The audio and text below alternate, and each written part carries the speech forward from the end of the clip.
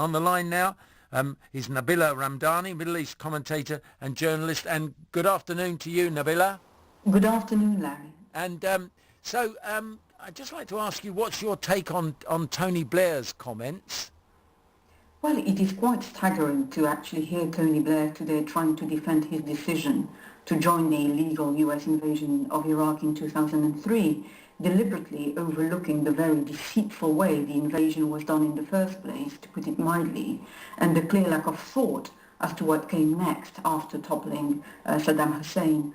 Bizarrely, he's now saying that it's the lack of action in Syria which has caused all this bloodshed, and not the 2003 Iraq war. He plays around with statistics while ignoring the fact that the cataclysmic war, which he was partly responsible for, left Iraq in utter chaos. And it's an open secret to any observer, in fact, that what we're witnessing today is a direct result of the Iraq War of 2003. It opened up deep sectarian divisions within Iraqi society between the Shia majority, the Sunni minority, and indeed the Kurds, and nobody has been able to close them, and certainly not Prime Minister Nouri al-Maliki in Iraq.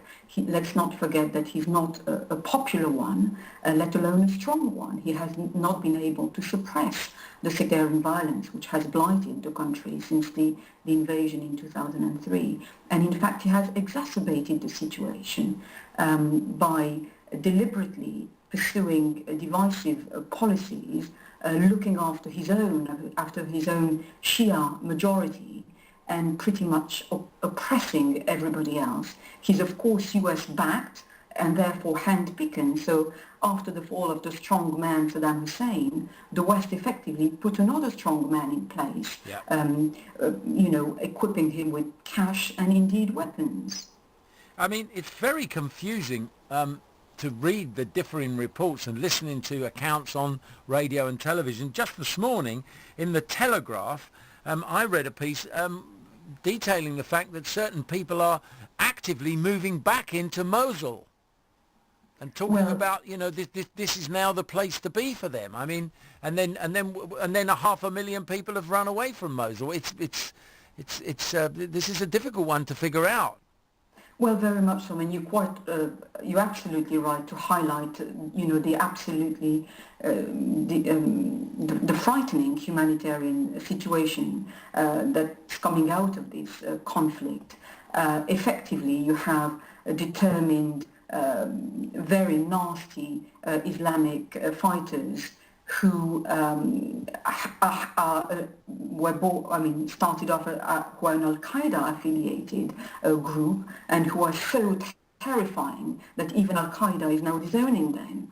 They go about beheading people and killing soldiers and indeed civilians who disagree with them. Meanwhile, they're also trying to rally a sort of Sunni revolution, trying to recruit Sunni men, to fight against what they present as an oppressive and authoritarian Shia government, which is backed by the US and indeed by its Shia ally in Iran. And so this is essentially a Sunni revolt against, pitting them against Shia. In the meantime, you have, as you said, a very confusing situation when on the one hand you have this Al-Qaeda group going around, as I said, carrying the worst type of violence, but at the same time you have local populations seeing them as liberator from a puppet government of the West, and essentially saying that they are fleeing cities not because they fear this Islamic militant group, but because they fear airstrikes and drone strike from the government trying to eradicate those militants. And that's why you have a vast flux of people fleeing from major cities and going back and forth for shelter, effectively. And so you've got this huge number of people on the move. You've got refugees from Syria, all mixed up with these people now coming out of these northern Iraqi cities and towns. I mean, this is going to add literally oil to the fire, is it not?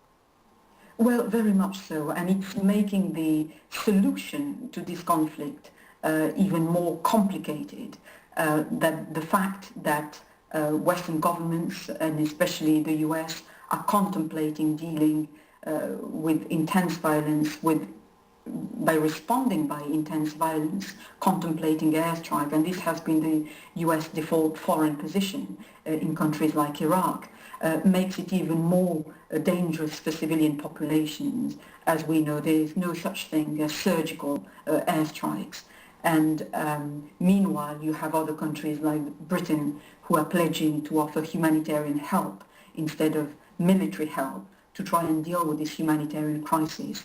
And the fact that we have, as you said, this interconnection now between the flee of refugees from Syria and indeed now Iraqi refugees is no coincidence. This Al-Qaeda affiliated group is born in Iraq, but has very strong links with the civil war in Syria, where they effectively send soldiers to gain experience and come back to retake Iraq, and they've already gained control over northern territories in Syria and indeed in Iraq. And they are determined to advance towards Baghdad. Whether Baghdad will be taken, I doubt it very much.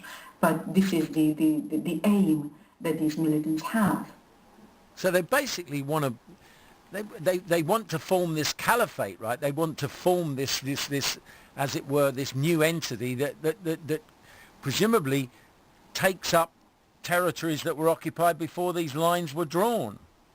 Well, very much so. I mean, if you want to go back to the roots of these sectarian divisions, one has to go back to the end of the First World War, when the defeated Ottoman Empire was literally carved up by the victorious powers, and especially Britain and France, who took, slices of the Middle East and drawing arbitrary borders across that part of the world, and therefore already pitting, different ethnic minority groups against each other. And that's the historical origin of those ethnic but also tribal and indeed sectarian divisions. And the Iraq invasion of 2003 hasn't helped in exacerbating those divisions, especially when, with the demise of Saddam Hussein and a new leader, which has been Nouri al-Maliki, the prime minister, who has been very much propped up by the West, but who's also utterly corrupt and authoritarian and has pursued that policy of divide and rule. Yeah, it's just an absolute nightmare scenario. Thank you so much for joining us there, Nabila. That was Nabila Ramdani, Middle East commentator and journalist.